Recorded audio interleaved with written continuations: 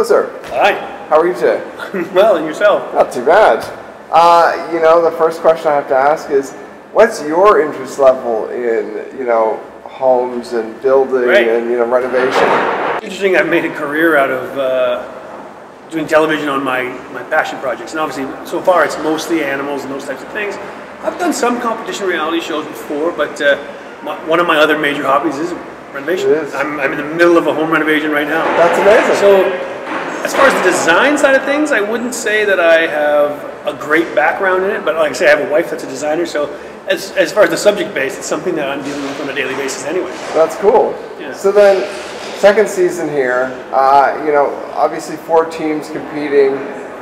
What's the mood like when they start? Like, you're right there when they start all this. It's a big journey, and my role as the host really is to coach them along, right? So you're guiding them from, as I say, that day one, when they're nervous, they're excited, they're checking each other out, they're trying to assess their own abilities as to, could I beat that guy? Could I beat that guy? My job at day one is just to focus them. Guys, stay focused to what I say, stay focused to what the task is, and you'll be all right. Don't worry about everybody else, worry about your design and your space. And that mood changes quickly. The excitement, the fresh faces, the enthusiasm will change. When you tell somebody, hey, go do your whole kitchen in 5 days, and by the way, you're probably not going to sleep during those 5 days, you can see the mood change quickly. Right, and they're living in the houses. They do live. These are dilapidated, awful, run-down places that were about to be torn down, and we say, no, please don't tear them down. We're going to put some people to live there. So yeah, it's a tough situation. I can't even remember what episode they get their bed in, but it's quite a few episodes in. Well, I gotta admit, it's terrible to say, but I love that look in their faces when they walk in and they first see the homes that they picked. Well, and everybody likes to see the transformation. Eye-opening. Right? You come in and you're like, well, you're expecting bad, but then you walk in and you see how bad it is. It's like, holy. Like some of them had, I think they all had some form of graffiti. Oh, some of them had it was awful. Some of them we literally had to disinfect, literally, before allowed people in there just because it was that awful.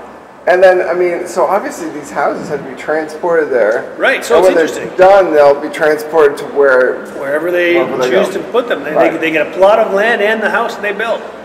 But it was interesting to me even that when they told me, hey, there's a show where we build a set with 4 houses in it. I'm like, how do you do that? But you're right. All 4 houses are chopped off at their base, and trucked onto our set, and that's where they live. That's amazing. So what would you say the big surprise is early on? I mean, either for them or their surprises maybe for us?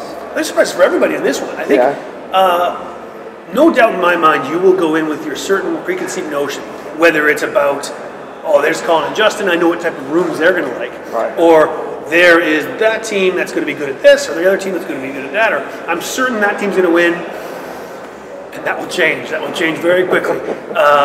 There is a turn and twist regularly. Right. We all learn, we all grow, we all move on. So the interesting thing is, I think as you watch all of us grow and move along on this journey, I think our viewers are going to stay excited because you won't know what you're going to see next week. It's not going to be one team that wins every single reno and design and walks away with the house. That's just not going to happen because... It seems impossible. Yeah, but if you think about it, from episode 1, you'll see one team will be very successful in episode 1 and another team's going to be terrible, and you then have your impression. Like, well, that's going to be the terrible team and that's going to be the great team.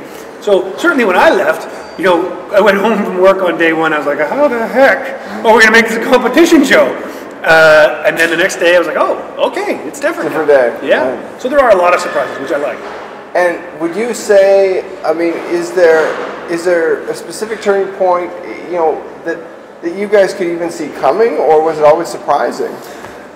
Well, because in its nature, it's a competition show. Right. We can't manage the competition in any way. Producers love to produce, but in this case, you can't. You set the setting, and you have to walk away. So I think, to best answer that question, there are times when a team's been down. You can see the morale's down. They're not sleeping. They're not winning. They're getting judged harshly.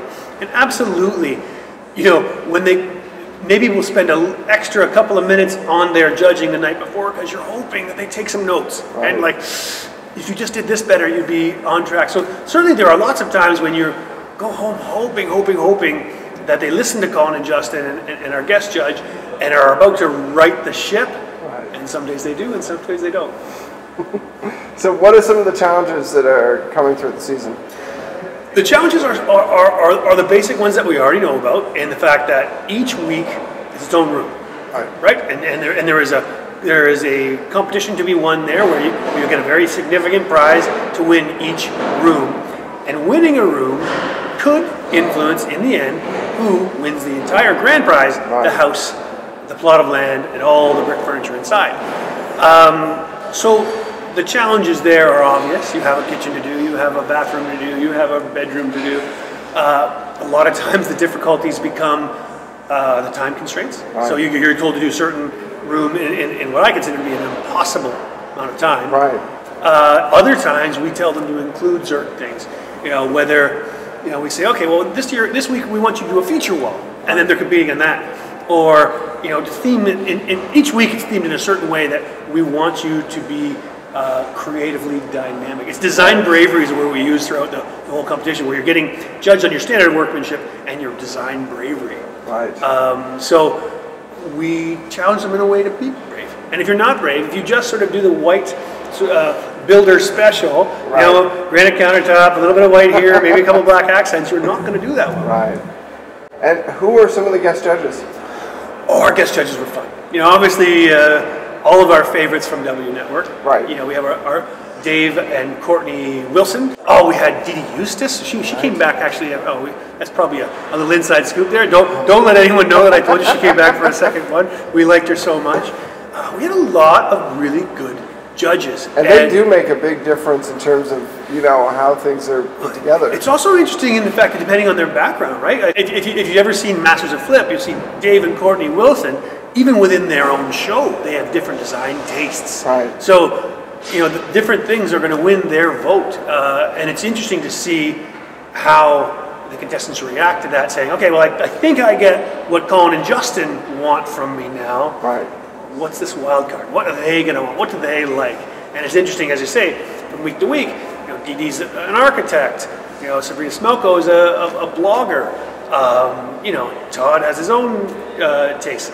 And so that's kind of like the wild card that we throw in every week. Which is awesome. I mean, I think that's almost like the real test of their skills in some ways, that little twist. Well, the twist is interesting in the test your skills and the fact that you can't design just for Colin and Justin or design just for yourself. Yeah. That's important. The other thing I think that's fun for a viewer, because our viewers clearly are going to have some crossover. Some of Dave and Courtney's fans or Todd's fans or Jillian's fans are going to watch our show.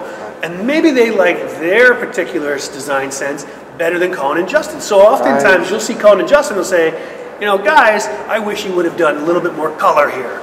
And Jillian will pop up and say, hold it. No, I don't want more color. I love what you did there. I'm more of a simple kind of girl. And you as a viewer can pick your side because maybe you're, maybe you like her taste more than the boys. And I really like that because obviously me as the host, I spend every day with Colin and Justin, and so I start, whatever they say goes in my book, and then you hear somebody argue, you're like, oh, that's also an interesting point. So that's also, unfortunately, what the contestants have to contend with, right? They're going to be told, hey, you need to be this. And then one judge is like, no, do this. And then the next whole judge is like this. And then you're sitting there going, oh man, what is it that I need to do to win one of these rooms? Nice. Well, thank you very much for the time. My pleasure, thank you. Thank you.